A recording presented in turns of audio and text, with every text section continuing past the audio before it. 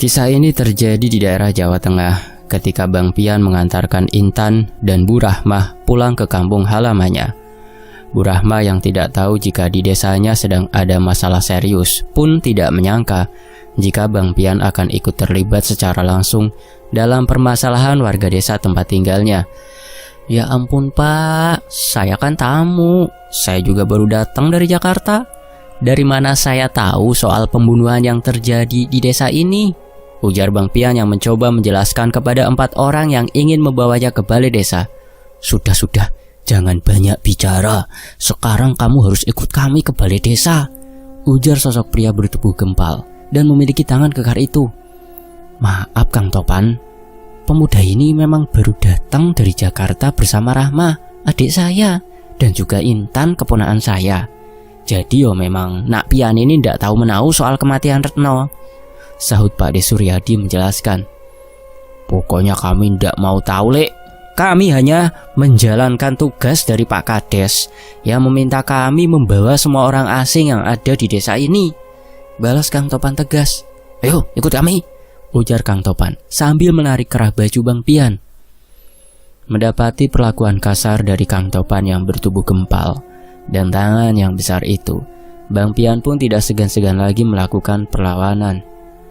Tangan kekar Kang Topan yang mencengkram kerah baju Bang Pian pun langsung dipelintir oleh Bang Pian, dan ketika tangan itu terlepas dari kerah bajunya, Bang Pian pun lalu menendang bokong Kang Topan hingga Kang Topan pun terjerembab dan mendapatkan sorak-sorai dari para tetangga Pak De Suryadi yang menyaksikan kejadian itu.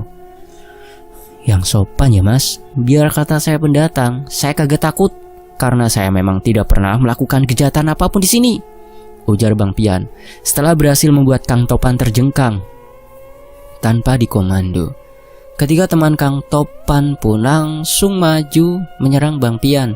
Bang Pian yang sudah memperkirakan hal itu pun dengan tenang menghindari pukulan dan tendangan dari 3 orang yang kini menyerang bersamaan. Tapi Bang Pian yang sudah lama belajar ilmu silat Betawi pun mampu mengimbangi ketiga pemuda desa tersebut, dan satu persatu dari mereka berhasil dibuat terjengkang oleh Bang Pian. Bu Rahmah dan Intan yang ketakutan melihat hal itu pun hanya bisa berteriak dan menangis meminta Bang Pian berhenti berkelahi. Tapi Bang Pian yang memang hanya ingin mempertahankan keselamatan dirinya terus saja meladeni 2 orang yang masih tersisa. Tidak butuh waktu lama, Bang Pian pun dapat menumbangkan 2 orang teman dari Kang Topan dan memaksa mereka pergi dari halaman rumah Pak Suryadi. "Kita kembali saja ke Jakarta sekarang, Nak Pian. Ibu ndak mau kamu kenapa-napa di sini. Maafkan Ibu. Ibu ndak tahu kalau di desa Ibu ini sedang terjadi permasalahan yang tidak biasa," ujar Bu Rahmah yang merasa takut dengan kedatangan warga desa lainnya. "Iya betul Nak. Maafkan Pak De juga ya, karena tidak dapat membantumu tadi," sahut Pak De Suryadi. "Iya Pak De, gak apa-apa. Tapi saya mau tahu apa yang sebenarnya terjadi di kampung ini," tanya Bang Pian penasaran. "Ada pembunuhan Nak, dan korbannya adalah anak gadis seusia Intan. 2 orang gadis sudah ditemukan meninggal dengan tanda-tanda yang sama. Kabarnya pembunuh itu sedang mencari tumbal anak perawan sebanyak 7 orang untuk dapat menyempurnakan ilmu hitam yang sedang dicari pembunuh tersebut," ujar Pak De Suryadi menjelaskan permasalahan yang sedang dihadapi warga desanya. Mendengar penjelasan itu, sontak Intan pun merasa ketakutan karena saat ini bisa jadi Intan yang masih gadis itu menjadi incaran dari pembunuhan berantai gadis-gadis di desa tersebut. "Tenang Neng, yang dicari anak perawan," seletuk Bang Pian menggoda Intan. "Maksud abang gimana dah?" tanya Intan yang merasa aneh dengan ucapan Bang Pian tadi. "Kan kata Pak De, yang mau dijadiin tumbal anak gadis berarti kan anak perawan," jawab Bang Pian sambil memalingkan wajahnya yang sedang tersenyum. "Sialan, terus lu pikir gua udah kagak perawan hah?" balas Intan sambil terus mencubit kaki dari Bang Pian. "Ampun Neng, ampun, abang bercanda," ujar Bang Pian sambil meringis menahan sakit di bagian kaki yang terus dicubit oleh Intan. "Kalau ngomong sembarangan aja sih, balas Intan dengan wajah kesal. Iya ya, maaf bercanda. Lagian ngapa jadi pada tegang sih? Kalau emang gak aman, ya ayo kita balik lagi ke Jakarta. Kan kita bawa mobil sendiri ini. Jadi kapan aja kita bisa cabut dari sini? Jelas Bang Pian yang tidak mau Intan, Bu Rahma dan semua keluarga Pak De Surya khawatir. Tapi ngomong-ngomong, Nak Pian ini hebat loh. Bisa mengalahkan 4 orang yang tubuhnya lebih besar seorang diri. Bener-bener hebat sampean ini, Nak. Puji Pak De Suryadi kepada Bang Pian. Saya cuma berusaha menjaga diri aja supaya nggak terluka, Pak De. Saya mah orang biasa, kagak bisa apa-apa, Pak De. Jawab Bang Pian sambil menghembuskan asap rokok kretek kesukaannya. Setelah berbincang lama dengan Pak De Suryadi dan keluarganya, tiba-tiba saja datang Pak Kades bersama pamong desa lainnya ke rumah Pak De Suryadi. Kedatangan Pak Kades beserta para pamong desa lainnya itu bertujuan untuk menemui Bang Pian yang tadi telah menghajar 4 orang bawahannya yang dipercaya sebagai petugas keamanan di desa tersebut. Saya sebagai kepala desa di sini mau minta maaf atas perlakuan Topan dan kawan-kawannya. Tapi semua itu dilakukan Topan demi menjaga desa ini supaya aman dan tidak lagi terjadi hal-hal yang tidak diinginkan, ujar Pak Kades kepada Pak De Suryadi dan juga Bang Pian tentunya. Gak apa-apa Pak Kades, mohon maaf juga saya hanya membela diri tadi. Dan saya serta Bu Rahma dan Intan ini kan baru saja sampai di desa ini. Jadi kami sudah tentu tidak tahu menahu soal kejadian yang sedang dialami di desa ini, Pak. Balas Bang Pian dengan tenang. Desa ini sedang tidak aman, Mas. Jadi sebaiknya kalian kembali saja ke daerah asal kalian. Saya tidak ingin ada apa-apa dengan orang yang berasal dari luar daerah kami. Karena kami semua sepakat untuk menutup rapat apa yang sedang terjadi di desa ini, ujar Pak Kades menjelaskan kepada Bang Pian. Iya Pak Kades, saya juga sudah mengatakan hal itu kepada adik dan keponakan saya, serta Nak Pian ini yang mengantarkan adik saya untuk mengunjungi keluarga di sini. Jadi sepertinya besok mereka akan kembali ke Jakarta lagi, Pak. Balas Pak De Suryadi menjelaskan. Syukurlah kalau Mas Suryadi sudah menjelaskan apa yang sedang kita hadapi ini. Dan memang sebaiknya Mas Pian ini segera kembali saja ke daerah asalnya untuk menghindari sesuatu yang tidak diinginkan, sambung Pak Lurah sambil tersenyum. Setelah berbincang-bincang hangat dengan Pak Kades dan para pamong desa lainnya, Bang Pian pun mulai merasakan kantuk yang membuat kedua matanya terasa berat. Saat itu jam masih menunjukkan pukul 11 pagi, dan ketika Pak Kades berpamitan untuk kembali ke balai desa, Bang Pian pun meminta izin kepada Intan untuk tidur terlebih dahulu sebelum mereka kembali melakukan perjalanan jauh untuk menuju ke kota Jakarta. Dalam tidurnya yang lelap, Bang Pian pun mulai bermimpi hal yang sangat mengerikan yang terjadi kepada seorang gadis yang tidak dikenalnya sama sekali. Di dalam mimpinya, Bang Pian melihat seorang gadis yang memang usianya seumuran dengan Intan sedang terbaring lemah di tempat tidurnya. Tapi yang membuat Bang Pian tercengang adalah di sekeliling gadis itu ada banyak sosok makhluk yang sangat menyeramkan. 2 sosok makhluk gaib itu masing-masing memegang kedua kaki gadis malang yang kedua matanya terbelalak karena rasa sakit yang dirasakannya.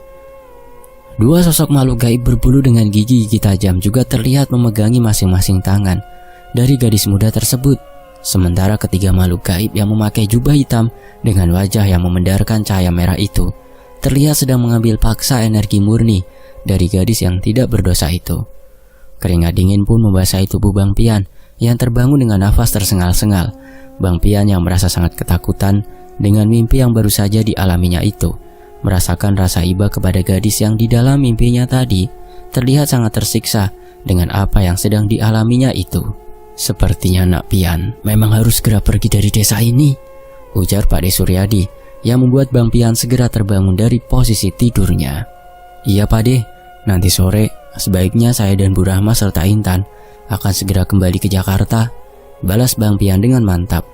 Baguslah kalau begitu Nak Pian, sahut Pak De Suryadi sambil tersenyum kepada Bang Pian. Sekitar pukul 4 sore, Bang Pian pun sudah bersiap di mobil yang digunakannya dari Jakarta ke kampung halaman Intan. Tujuan dari Bu Rahma mengajak Bang Pian ke kampung halamannya adalah untuk menunjukkan beberapa sawah dan kebun milik almarhum ayah Intan. Bu Rahma ingin jika Bang Pian kelak berjodoh dengan Intan, Bang Pianlah yang akan mengelola sawah dan kebun luas yang dulu dibeli oleh almarhum ayah Intan. Tapi karena kondisi desa sedang tidak baik-baik saja, akhirnya Bu Rahma pun menunda semua itu dan memilih untuk kembali ke Jakarta agar terhindar dari bahaya yang bisa saja mengintai Intan saat itu. Maaf ya Nak Pian, kita harus segera kembali ke Jakarta. Jadi ibu sendiri belum tahu dengan kebun dan sawah milik ayah Intan saat ini, ujar Bu Rahma yang sudah duduk di bangku bagian belakang mobil yang mereka kendarai itu. Iya Bu, gak apa-apa. Yang penting kita semua gak terjebak dalam situasi sulit yang sedang melanda desa ini, balas Bang Pian menjelaskan. Padahal Pak De Suryadi ingin maju mencalonkan diri dalam pemilihan kepala desa loh Nak Pian. Tapi entahlah, apakah Pak De Suryadi tetap mau maju atau tidak, ujar Bu Rahma menceritakan tentang kakak laki-lakinya itu. Setelah melewati gapura perbatasan desa dan sampai di tempat yang menurut Bu Rahma adalah tempat keramat, mobil yang dikendarai Bang Pian pun dihadang oleh 3 orang yang kemarin sudah dikalahkan oleh Bang Pian. Dan ketika Bang Pian turun dari mobil, tiba-tiba saja muncul Kang Topan bersama 3 orang lainnya dari arah belakang mobil Bang Pian. Buset, kalau ini mah kagak ngelawan dah, 7 orang, bisik Bang Pian dalam hatinya. Nggak perlu ada perkelahian saat ini. Saya cuma mau membicarakan sesuatu dengan sampean Mas, ujar Kang Topan yang membuat Bang Pian lega. Sekarang sampean dan Bude Rahma serta Intan ikut kami dulu ke rumah seseorang, dan mobil sampean biar dibawa sama teman saya dulu Mas. Ibu Kang Topan yang sontak membuat Bang Pian curiga. Kalau mau bicara di sini aja Mas, kagak perlu kita pergi ke rumah orang yang situ maksud, balas Bang Pian tegas. Saya tidak dapat menjelaskan panjang lebar di sini ya Mas. Sebaiknya sampean menuruti apa yang kami minta, ujar Mas Topan dengan tenang. Jadi kayaknya kita harus berkelahi lagi dong Mas, saut Bang Pian dengan wajah kesalnya. Tapi Bang Pian tidak siap menghadapi serangan yang tiba-tiba datang dari arah belakangnya. Harus tersungkur dan kehilangan kesadarannya setelah seorang teman dari Kang Topan memukul bagian tengkuk Bang Pian. Sementara itu, Bu Rahma dan juga Intan hanya bisa pasrah dan mengikuti apa yang diminta oleh Kang Topan dan kawan-kawannya. Keduanya pun lalu mengikuti Kang Topan dan 3 orang lainnya berjalan melalui jalan setapak menuju ke rumah orang yang dimaksud Kang Topan tadi. Kenapa kalian melakukan hal ini kepada kami? Apa salah kami Mas? Ujar Intan yang tiba-tiba terduduk dan menghentikan langkahnya. Kalau kami ceritakan di tempat tadi, kalian tidak akan mempercayainya. Dan harapan kami untuk meminta kekasihmu itu untuk membantu kami pasti akan gagal, ujar Kang Topan yang langsung menghentikan langkahnya dan berbicara kepada Intan. Kami mau dibawa kemana Nak Topan? Apa ndak sebaiknya kita kembali ke rumah Pak De Suryadi saja? Saud Bu Rahma yang masih merasa tenang dengan apa yang dilakukan oleh Topan dan kawan-kawannya tersebut. Nanti akan kami jelaskan secara gamblang Bude. Sekarang lebih baik Bude dan Intan terus berjalan sebelum langit gelap, karena malam hari nanti akan banyak teror dari makhluk-makhluk gaib yang sudah 3 hari ini menghantui desa ini, balas Topan sambil tersenyum ke arah Bu Rahma. Dasar orang aneh, kalian ini udah melakukan pelanggaran hukum. Kalian ini sudah terang-terang menculik kami loh Mas, ujar Intan yang semakin kesal kepada sosok Kang Topan. Nanti kamu akan mengerti Intan. Aku dan teman-temanku tidak mungkin menyakiti kamu dan juga ibumu. Tapi kami hanya mau minta kekasihmu itu membantu kami menghadapi masalah di desa ini, seru Kang Topan yang mencoba membantu Intan untuk berdiri kembali. Saya sepertinya tidak asing loh Mas dengan wajah sampean. Tapi saya lupa sampean ini siapa, ujar Bu Rahma yang mulai mengikuti kembali langkah Kang Topan, menyusuri jalan setapak untuk menuju ke rumah seseorang yang tadi dimaksud oleh Kang Topan. Teguh, aduh saya lupa Mas, coba saya ingat-ingat dulu, sambung Bu Rahma yang masih berusaha mengingat sosok Pak Teguh yang memang tidak asing lagi di telinganya. Sekitar pukul 5:30 sore, Kang Topan yang membawa Intan dan juga Bu Rahma pun sampai di rumah Joglo yang terlihat sangat bersih dan asri. Sementara itu, Bang Pian yang masih belum sadarkan diri sudah terbaring di sebuah dipan yang ada di dalam rumah tersebut. Topan, disuruh bicara baik-baik malah dibuat pingsan, ujar seorang laki-laki paruh baya yang mencoba menyadarkan Bang Pian. Loh, sampean ini kan? Seletuk Bu Rahma yang baru masuk ke dalam rumah Joglo yang terasa sejuk itu. Oh alah Mas Teguh, imbuh Bu Rahma yang terkejut ketika bertemu dengan sosok orang yang selama ini adalah teman baik dari suaminya. Iya dek, aku Teguh, dan ini Topan, anakku, balas Pak Teguh sambil menatap ke arah Kang Topan. Maafkan kami atas ketidaknyamanan ini ya dek, tapi kami butuh pemuda yang bersamamu ini untuk membantu kami menangani masalah yang ada di desa ini. Ibu Pak Teguh menjelaskan, apa yang sebenarnya terjadi di desa ini Pak, sehingga anak bapak tega menyakiti calon suami saya, ujar Intan yang merasa kesal dengan apa yang telah dilakukan oleh Kang Topan dan kawan-kawannya. Iya nak Intan, nanti Pak D akan jelaskan kenapa hal ini bisa terjadi. Sekarang kalian beristirahatlah dulu, balas Pak Teguh dengan tenang. Tidak lama kemudian, Bang Pian pun tersadar dan bangun dari tidurnya sambil memegangi bagian tengkuknya yang masih terasa sakit. Bang Pian yang merasa kesal bercampur bingung pun mengedarkan pandangannya ke sekitar sambil terus mengusap-usap bagian tengkuknya. Sialan banget dah, beraninya dari belakang lu pada, ujar Bang Pian ketika mendapati Topan ada di hadapannya. Maafkan kami Bang, kami hanya ingin membicarakan masalah yang ada di desa kami ini, ujar Kang Topan sambil mendekat ke arah Bang Pian.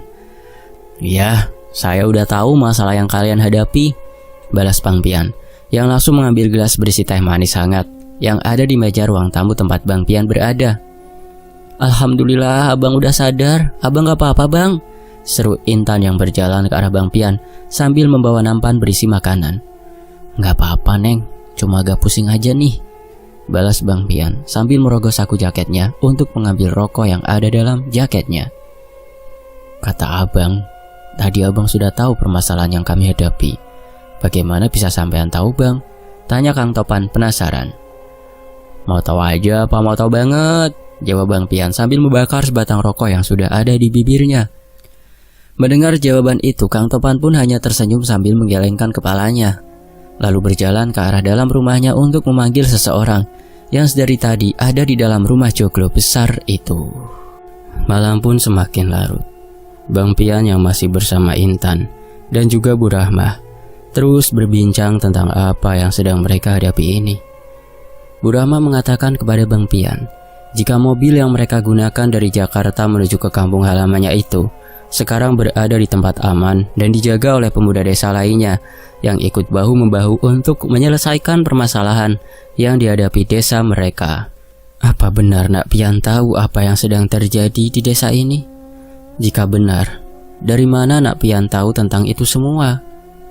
Tanya Bu Rahma yang merasa penasaran juga dengan apa yang dikatakan oleh Bang Pian tadi. Sebelum kita pergi dari rumah Pak De Suryadi tadi, saya bermimpi tentang seorang gadis yang sedang tersiksa oleh beberapa makhluk gaib, Bu. Dan di akhir mimpi itu, saya melihat, ujar Bang Pian yang berat untuk mengungkapkan mimpi yang dialaminya tadi siang itu. Nak Pian melihat apa? Tanya Bu Rahma yang semakin penasaran. Bang, kalau cerita jangan sepotong-potong apa bang? Bikin orang penisirin tahu, saut Intan yang merasa kesal dengan sikap kekasihnya itu. Penasaran kali. Ngapa jadi penisirin? Jawab Bang Pian sambil tersenyum. Iya penasaran. Abang lihat apa di mimpi abang itu? Tanya Intan dengan wajah kesalnya. Abang lihat Pak De Suryadi Neng. Pak D ada di sekeliling makhluk yang sedang mengurubungi gadis itu, jawab Bang Pian dengan wajah tertunduk. Lalu menurut kamu, Pak D Suryadi terlibat dalam masalah besar yang ada di desa ini Nak Pian? Tanya Bu Rahma dengan wajah terkejut. Sepertinya begitu Bu, balas Bang Pian singkat. Apa kamu tahu apa hubungan Pak De Suryadi dengan permasalahan ini, Nak Pian? Tanya Bu Rahmah yang semakin penasaran. Belum jelas, Bu. Saya belum yakin soal itu. Maka dari itulah Mas Topan dan teman-temannya membawa kita ke sini, jawab Bang Pian menjelaskan kepada Bu Rahmah. Setelah perbincangan Bang Pian, Bu Rahmah dan juga Intan, datanglah Pak Teguh dan juga Kang Topan serta Pak Kades dan beberapa orang lainnya. Dan ada juga salah seorang sesepuh desa yang dari auranya membuat Bang Pian merasa segan dengan orang tersebut. Sebelumnya, maafkan atas kelancangan kami ini, Bu Rahmah. Terus terang, kami tidak bermaksud untuk menyakiti siapapun di sini, termasuk Bu Rahmah, Nak Intan dan juga Nak Pian ini. Tapi kami memang membutuhkan kalian untuk menangkal teror dari makhluk-makhluk gaib yang sudah 3 hari ini terjadi. Dan teror itu diyakini berasal dari rumah Mas Suryadi, ujar Pak Lurah yang sontak membuat Bu Rahmah terkejut. Pantas saja Pak De Suryadi meminta kita segera pergi dari desa ini, seru Intan sambil menatap ibunya dan juga Bang Pian secara bergantian. Jadi, apa yang bisa kami bantu, Pak? Tanya Bang Pian yang langsung mengalihkan pandangannya kepada Pak Kades. Kami tahu jika Nak Pian ini memiliki sebuah kelebihan yang jarang dimiliki oleh manusia biasa. Jadi kami mau Nak Pian membantu kami untuk menumpas sosok dukun yang memerintahkan makhluk-makhluk gaib yang sedang meneror desa ini, jawab Pak Kades dengan wajah serius. Maaf Pak, bukannya saya menolak, tapi saya ini hanya orang biasa yang tidak memiliki kelebihan apapun. Sedangkan bapak-bapak ini sudah memiliki kakek ini, balas Bang Pian sambil mengarahkan tangannya kepada sosok lelaki tua yang memiliki aura yang membuat Bang Pian merasakan sebuah kengerian yang hebat. Jangan merendah seperti itu, Nak. Kami semua yang berada di rumah ini tahu siapa dirimu yang sebenarnya, ujar sosok lelaki tua yang duduk tepat di samping Pak Kades itu. Baiklah, saya akan bantu. Tapi saya mau tahu dulu di mana mobil yang saya gunakan tadi ditempatkan dan bagaimana kondisinya sekarang, balas Bang Pian yang mulai memikirkan mobil yang sudah disewanya untuk mengantarkan Bu Rahmah dan juga Intan ke desanya itu. Aman Bang, bisa dicek langsung nanti, saut Kang Topan yang berdiri tepat di belakang kursi Pak Kades. Saya mau melihatnya sekarang Mas, boleh antarkan saya dan Intan untuk melihat kendaraan kami itu, pinta Bang Pian yang membuat semua orang terdiam dan saling beradu pandang. Silahkan Nak Pian, biar Topan dan teman-temannya antarkan.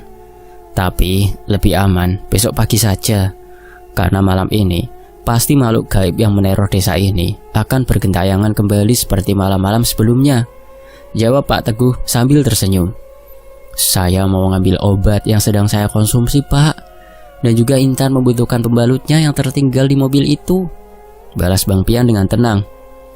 Tidak apa, biar aku menjaga keselamatan mereka dari sini.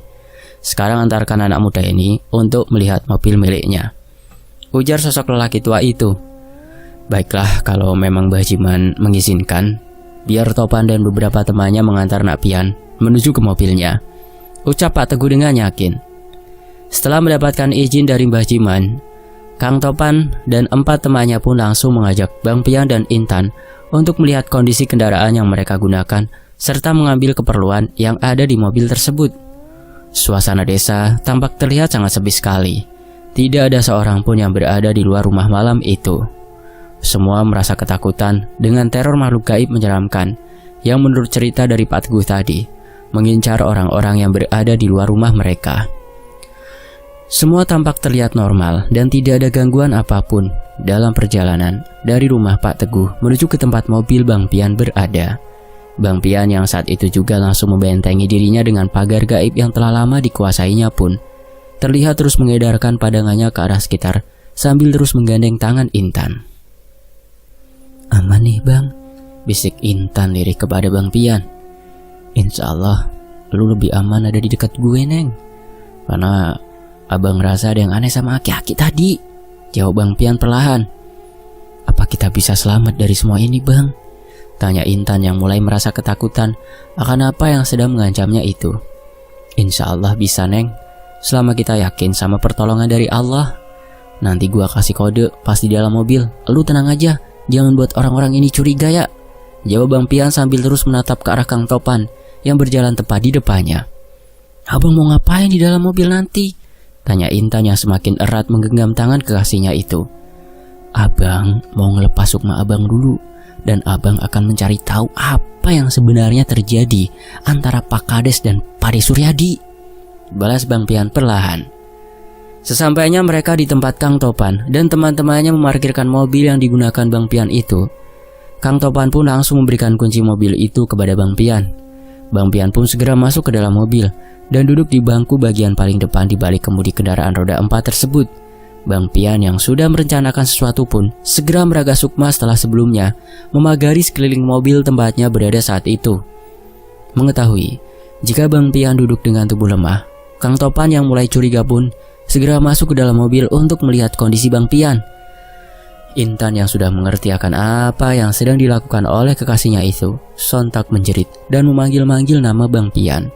Keadaan pun mulai kacau ketika Intan terus-menerus menangis seolah telah kehilangan Bang Pian, dan hal itu tentu membuat Kang Topan dan kawan-kawannya menjadi semakin bingung dibuatnya. Sementara itu, sukma Bang Pian yang sudah terlepas dari raganya segera melesat mencari rumah Pak Suryadi. Bang Pian yang awalnya mencurigai keluarga dari Bu Rahmah itu rupanya telah mengetahui apa yang sebenarnya yang telah terjadi di desa itu. Ketika Bang Pian telah dapat menemukan rumah Pak Suryadi, Bang Pian pun segera melesat dan ingin masuk ke dalam rumah yang terlihat sangat sederhana itu. Tapi sepertinya Pak De Suryadi pun telah memasang pagar gaib untuk melindungi keluarganya. Selain memasang pagar gaib, Bang Pian pun melihat sepasang golok panjang yang terus berputar mengelilingi rumah dari paman Intan tersebut. Dan mau tidak mau Bang Pian pun harus dapat meredam kekuatan sepasang golok sakti tersebut sebelum dapat menembus pagar gaib yang dipasang oleh Pak De Suryadi sendiri. "Bismillahirrahmanirrahim," ucap sukma Bang Pian yang melayang di sekitar rumah Pak De Suryadi. Di luar dugaan Bang Pian, golok yang tadinya terus berputar-putar tak tentu arah kini terdiam tak bergerak dan keduanya terlihat menghadap ke arah Bang Pian. Sepasang golok yang tadi terlihat berputar liar itu kini perlahan bergerak ke arah Bang Pian dan berhenti tepat di hadapan Bang Pian. Perlahan-lahan, sepasang golok tersebut kemudian menyatukan diri dan berubah menjadi sosok pemuda yang bertubuh tegap dan juga terlihat sangat gagah itu. Sosok pemuda yang berasal dari dua bilah golok itu menatap tajam Bang Pian sebelum sosok itu melesat masuk ke dalam rumah Pak De Suryadi. Tidak lama setelah itu, Pak De Suryadi pun keluar dari dalam rumahnya. Pak De Suryadi pun terlihat membuka pintu rumahnya dan terus menatap ke arah tempat Bang Pian berada. "Kamu masih berada di sini, Nak Pian?" tanya Pak De Suryadi yang menatap ke arah atas tempat Bang Pian berada. "Kami tadi dihadang oleh Topan dan teman-temannya, Pak De. Sekarang Bu Rahma ada di rumah Pak Teguh dan Intan berada di mobil bersama tubuh saya," seru Bang Pian menjelaskan dengan singkat. "Teguh? Apa mungkin dia biang keladi dari semua teror yang ada di desa ini?" gumam Pak De Suryadi yang masih merasa bingung dengan apa yang sebenarnya terjadi. Sepertinya ada yang ingin menjegal langkah Pak De untuk mencalonkan diri sebagai kepala desa. Hingga dibuatlah teror yang kemungkinan akan menjadikan Pak D sebagai pelaku dari semua teror itu, termasuk kematian dari gadis yang memang dijadikan tumbal untuk mereka mendapatkan kekuatannya, ujar Pian dari arah atas. "Malam ini juga kita tuntaskan permasalahan ini, Pak D, sebelum fitnah keji itu menyebar dan menimpa Pak D nantinya," imbu Bang Pian yang langsung melesat pergi. Sesampainya sukma Bang Pian di tempat mobil yang terparkir di halaman sebuah rumah besar itu, Bang Pian tidak lagi mendapati tubuhnya ada di dalam mobil yang digunakannya tersebut. Bang Pian pun segera melesat untuk mencari keberadaan tubuhnya, karena kini energinya telah banyak berkurang akibat ilmu raga sukma yang sedang dilakukannya itu. Tidak jauh dari mobil itu berada, Bang Pian pun mendapati rombongan Kang Topan dan juga Intan, serta tubuhnya yang sedang digendong oleh seseorang. Tanpa pikir panjang lagi, Bang Pian pun segera masuk ke dalam tubuhnya tersebut, lalu menepuk-nepuk pundak orang yang menggendongnya, meminta untuk berhenti. "Lah, kenapa saya digendong-gendong kemana-mana ini?" seru Bang Pian yang sontak, membuat Intan tersenyum lalu menghampirinya. "Abang pingsan tadi. Emang abang lihat apa? Kok abang tiba-tiba pingsan?" tanya Intan sambil memegangi tangan kekasihnya itu. "Abang melihat nenek-nenek serem dah. Rambutnya panjang putih, terus kusut kayak gulali. Matanya merah, pipinya peot, tapi lidahnya panjang banget. Ih," seru Bang Pian menceritakan apa yang dilihatnya sambil bergidik. "Sampean melihat sosok makhluk gaib itu di mana, Bang?"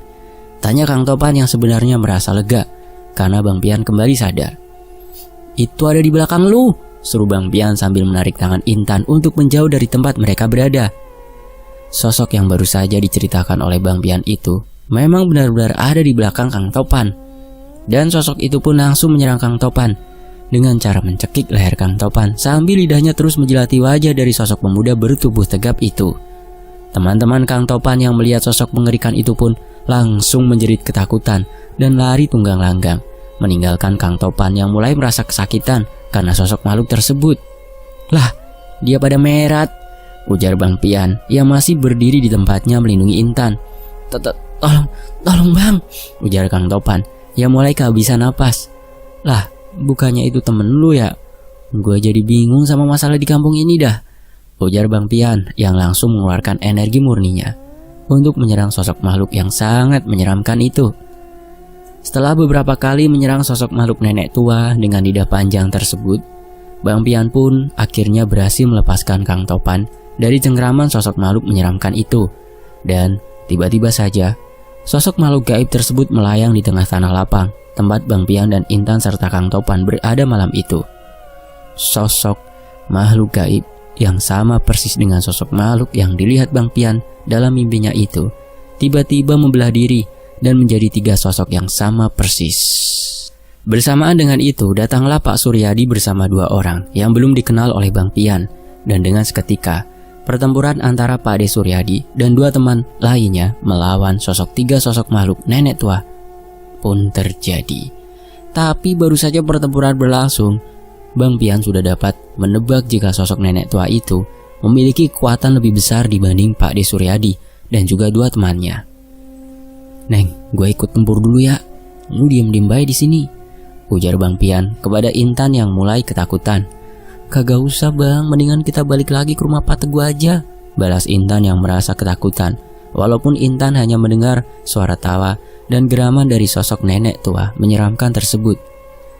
Tidak berselang lama, kedua teman dari Pak De Suryadi pun terjungkal dan mulai merintih kesakitan akibat serangan telak dari sosok nenek tua tersebut, tepat mengenai dada dari mereka berdua.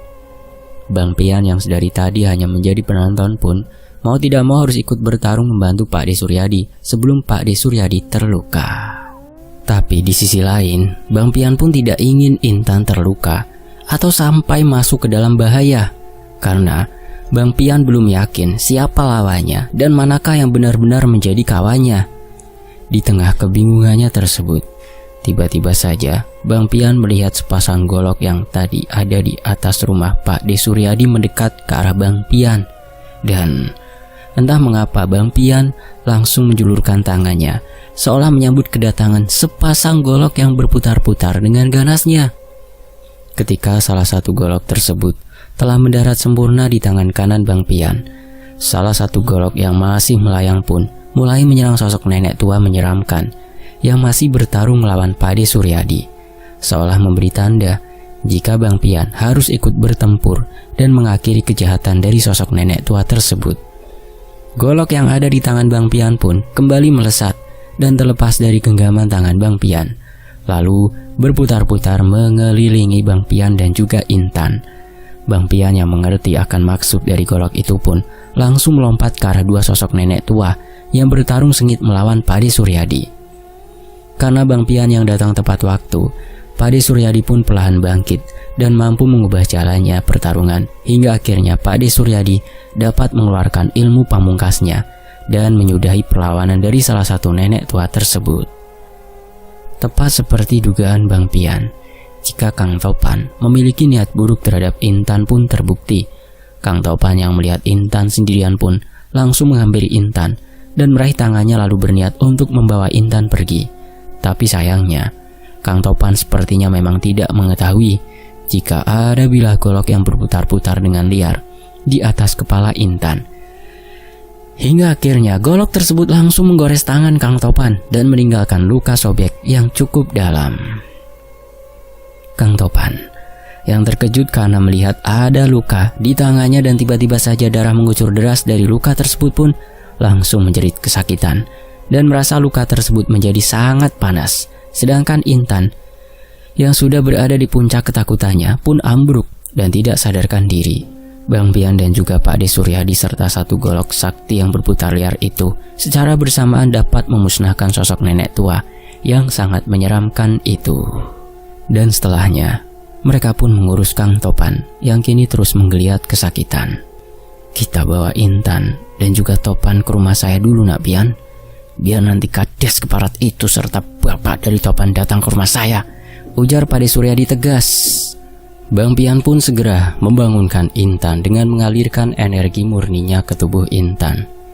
Dan tidak lama setelah itu, Intan pun dapat tersadar dan langsung memeluk tubuh Bang Pian. Setelah itu, Pak De Suryadi dan kedua orang temannya pun membawa Kang Topan yang masih merintih kesakitan dan Bang Pian serta Intan lalu mengikuti langkah mereka menuju ke rumah Pak De Suryadi. Sesampainya mereka di rumah Pak De Suryadi, Kang Topan yang terus merintih kesakitan pun meminta kepada Bang Pian untuk menyembuhkan luka di lengannya. Tapi karena Bang Pian tidak tahu cara menyembuhkan luka tersebut, Bang Pian pun menolak secara halus apa yang diminta oleh Kang Topan. Lah, saya mah kagak bisa apa-apa mas. Lah emang tangan situ kenapa kau bisa luka begitu? Tanya Bang Pian yang tidak tahu jika golok yang tadi melindungi Intan lah yang melakukannya. Mas Topan tadi hampir menyeret Intan dan mau bawa Intan pergi bang. Tapi tiba-tiba aja tangan Mas Topan terluka dan mengeluarkan banyak darah, sahut Intan yang duduk di samping istri Pak De Suryadi itu. Sekarang gini dah, biar saya nggak bingung, tolong ceritain apa yang sebenarnya terjadi di kampung ini, tanya Bang Pian tegas. Cepat jelaskan kepada Nak Pian saja Pan, agar luka di tanganmu itu cepat diobati oleh Nak Pian, sahut Pak De Suryadi membuat Bang Pian terkejut. Baik Pak, saya akan menceritakan semua yang saya tahu, balas Kang Topan sambil terus merintih kesakitan. Semua berawal dari pemilihan kepala desa yang akan diadakan beberapa minggu lagi bang. Ada 3 calon kepala desa yang akan mengikuti pemilihan kepala desa di sini. Salah satunya adalah Pak Suryadi dan lawannya adalah Pak Kades sendiri, serta satu peserta lagi yang bernama Mas Parman. Masing-masing pihak dari calon kepala desa ini mencurigai kematian 2 gadis desa yang terjadi dalam waktu yang berdekatan, serta memiliki tanda-tanda yang sama dalam kematiannya, ujar Kang Topan menjelaskan. Lalu makhluk gaib peliharaan siapa tadi yang berwujud nenek-nenek tua yang mencekik sampean itu Kang? Tanya Bang Pian penasaran. Saya sendiri tidak tahu bang. Saya bukan ahli dalam hal-hal gaib, jawab Kang Topan sambil tertunduk lesu. Kuncinya adalah sosok nenek tua yang sudah kita musnahin tadi Pak De. Karena saya bermimpi, sosok nenek tua itulah yang menyiksa tubuh gadis berambut panjang dan berkulit kuning langsat bernama Tari, ujang Bang Pian yang membuat Pak De Suryadi dan juga Kang Topan terkejut. Kamu kok bisa tahu jika gadis yang meninggal itu bernama Tari Nak Pian? Tanya Pak De Suryadi yang merasa heran dengan Bang Pian. Sewaktu siang itu saya bermimpi bertemu dengan sosok Tari Pak De. Dia membawa saya ke waktu di mana dia sedang mengalami siksaan dari sosok nenek tua kembar 3 tadi, jawab Bang Pian dengan wajah serius. Bang, ibu bagaimana bang? Apakah ibu baik-baik saja sekarang bang? Tanya Intan yang membuat Bang Pian menepuk keningnya.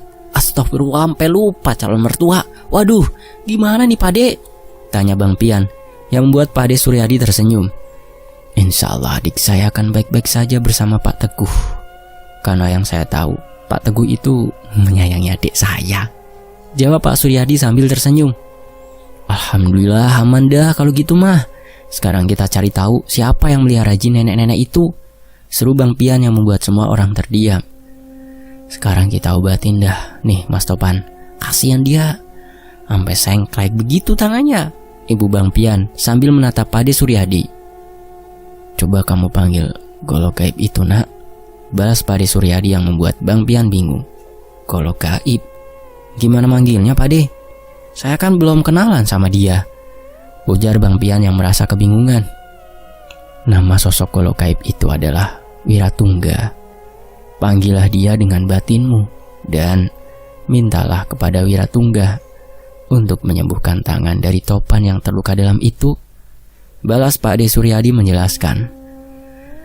Bang Pian yang sebenarnya tidak begitu mengerti dengan apa yang dimaksud oleh Pade Suryadi pun segera mengikuti apa yang telah dikatakan oleh sosok orang yang rendah hati itu. Dan keanehan pun tiba ketika Bang Pian menyebut nama Wiratungga sebanyak 3 kali. Sosok pemuda bertubuh kekar dengan ikat kepala putih pun datang di samping Bang Pian.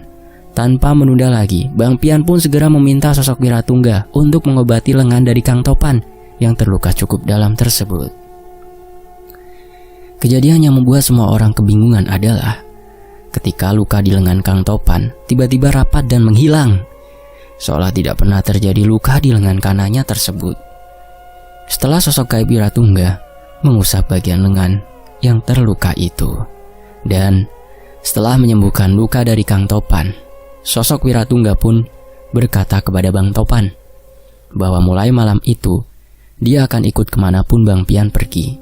Hal itu disampaikan langsung oleh Wiratungga dan tidak ingin jika Bang Pian menolaknya. Sepertinya kau memang berjodoh dengan keluarga ini nak Pian, ujar Pade Suryadi yang tahu jika Wiratungga telah memilih tuannya. Dan segeralah kau nikahi Intan supaya sempurna hubungan keluarga ini dengan dirimu, Ibu Pade Suryadi yang membuat Intan tersipu malu. Iya Pak De, insya Allah secepatnya saya akan melamar Intan dan menikahinya. Tapi sekarang mari kita sama-sama mencari siapa dalang di balik semua peristiwa yang ada di desa ini, balas Bang Pian dengan wajah seriusnya. Apa mungkin Mbah Jiman ya Bang? Tanya Kang Topan yang membuat Pade Suryadi terkejut. Ada urusan apa Jiman sampai datang ke desa ini? Balas Pade Suryadi yang wajahnya tiba-tiba berubah tegang. Bukannya dia bersama bapak sampean Mas? Tanya Bang Pian yang semakin penasaran. Bapak saya sebenarnya ingin menjadi penengah dalam permasalahan ini Bang. Tapi saya bingung kenapa tiba-tiba Pak Kades datang bersama orang tua yang terlihat mengerikan itu. Dan kenapa sosok makhluk gaib yang sangat menyeramkan tadi menyerang saya jika memang Mbah Jiman ada di pihak Pak Kades. Lah sedangkan jelas saya dan ayah saya mendukung Pak Kades agar kembali terpilih menjadi kepala desa ini, jawab Kang Topan yang juga masih merasa kebingungan. Sepertinya memang ada orang yang sengaja mengadu domba orang-orang yang maju mencalonkan diri sebagai kepala desa ini Mas Topan, balas Pade Suryadi. Masih meraba-raba soal siapa dalang di balik permasalahan yang ada di desanya. Tiba-tiba saja Pade Suryadi dan semua orang dikejutkan oleh teriakan dari arah luar yang memanggil nama Pade Suryadi secara terus-menerus. Dan setelah Pade Suryadi membuka pintu rumahnya dan keluar dari dalam bersama Bang Pian, Kang Topan dan 2 orang teman dari Pade Suryadi itu, barulah mereka tahu siapakah yang sedari tadi berteriak meminta Pade Suryadi untuk keluar. Suryadi, jangan kau sakiti anakku. Sekarang lepaskan Topan dan akan aku lepaskan Rahmah, ujar Pak Teguh yang sontak membuat Pade Suryadi, Bang Pian dan juga Kang Topan sendiri terkejut. Karena tidak ingin terjadi keributan, Kang Topan pun berjalan ke arah Pak Teguh dan meminta Bang Pian serta Pade Suryadi untuk tetap tenang. Bersamaan dengan itu, Bu Rahmah pun berjalan ke arah rumah Pade Suryadi yang langsung disambut pelukan hangat dari Intan dan juga istri Pade Suryadi. Tenang Pak Teguh, mari kita bicarakan baik-baik permasalahan ini, ujar Pade Suryadi dengan tenang. Tidak perlu dibicarakan lagi Adi. Saat ini permasalahannya sudah jelas. Kau yang terlihat lugu rupanya memiliki peliharaan makhluk gaib dengan kesaktian tinggi. yang hampir saja membunuh anakku. Balas Pak Teguh dengan lantang. Jika kau berpikir akulah dalang dari semua ini, kau salah besar, Teguh. Tanyakan semua itu kepada Topan. Biar dia yang membuka pemikiranmu yang sudah tertutup oleh fitnah-fitnah keji yang telah ditujukan kepada aku saat ini, ujar Pak De Suryadi dengan tegas. Ketika semua orang lengah, tiba-tiba saja Mbah Jiman yang berdiri di samping Pak Kades pun mulai menyerang Pak De Suryadi. Serangan berupa energi kuat dari sosok jin peliharaannya itu sontak membuat Pak De Suryadi terpental ke dinding rumahnya. Bang Pian yang tidak menyadari hal itu pun dibuat terkejut ketika Bang Pian merasakan hawa panas yang tiba-tiba saja melesat ke arahnya. Tapi beruntungnya Pak De Suryadi memiliki tameng gaib yang kuat sehingga serangan dari Mbah Jiman tidak membuatnya terluka dalam. "Semua masuk ke rumah," ujar Pak De Suryadi kepada istrinya dan juga Bu Rahmah serta Intan dan anak perempuan dari Pak Suryadi sendiri. "Mas Topan, tahu mana yang benar dan mana yang salah. Sekarang pilihan ada di tangan sampean, Mas," seru Bang Pian mencoba menasihati Kang Topan. Tanpa pikir panjang, Kang Topan pun mengajak Pak Teguh serta Pak Lurah menjauh dari Palagan, tempat Pak De Suryadi dan juga Mbak Diman mulai mengadu kekuatannya. "Jadi ternyata kaulah biang dari semua permasalahan yang ada di desaku ini, keparat," ujar Pak Suryadi sambil menahan serangan tenaga dalam yang dilakukan oleh Mbah Jiman. "Kau akan mati malam ini, Yadi, dan kau akan menjadi tersangka dari tewasnya dua gadis itu," balas Mbah Jiman yang merasa sangat yakin dapat mengalahkan Pak De Suryadi. Mengetahui jika Pak De Suryadi mulai kewalahan, Bang Pian pun memanggil golok gaib yang bernama Wiratungga tadi. Dan secara tiba-tiba muncul golok panjang yang memendarkan cahaya putih di tangan Bang Pian. Tidak menunggu lama lagi, Bang Pian yang melihat energi hitam dari Mbah Jiman pun segera menebaskan golok yang digenggamnya ke arah dukun sakti tersebut, dan hanya dengan sekali tebasan, sosok Mbah Jiman pun terpental ke belakang, dan seketika itu juga Mbah Jiman memuntahkan darah kental dari mulutnya. Mbah Jiman yang kalah hanya dengan satu kali tebasan golok yang memiliki kekuatan besar itu pun langsung menghilang dari tempatnya berada. Sosok Wiratungga yang awalnya ingin mengejar Mbah Jiman yang menggunakan ilmu Panglimun untuk melarikan diri itu dilarang oleh Bang Pian saat itu. Bang Pian memilih untuk melepaskan sosok Mbah Jiman karena di hadapannya masih berdiri Pak Kades yang mulai mengeluarkan energinya yang terbilang cukup besar itu. Tapi perkiraan Bang Pian salah. Ternyata Pak Kades tidak berniat sedikit pun untuk menyerang Pak Suryadi. Malahan saat itu Pak Kades meminta maaf kepada Pak Suryadi dan mengajak semua yang ada di tempat itu mencari Mbah Jiman yang menjadi biang dari kematian dua gadis desa tersebut dan juga teror-teror mengerikan dari makhluk-makhluk gaib di sana.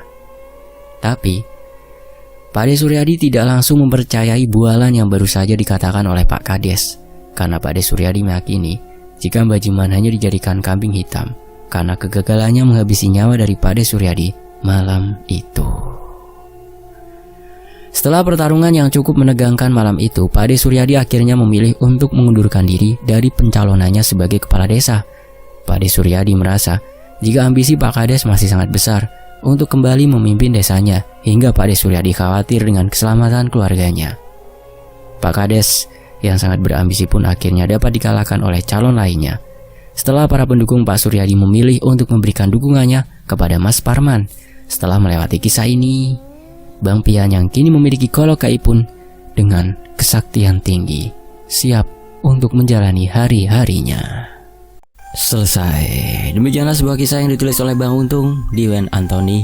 Sampai jumpa di kisah berikutnya. Wassalamualaikum. Terima kasih semuanya.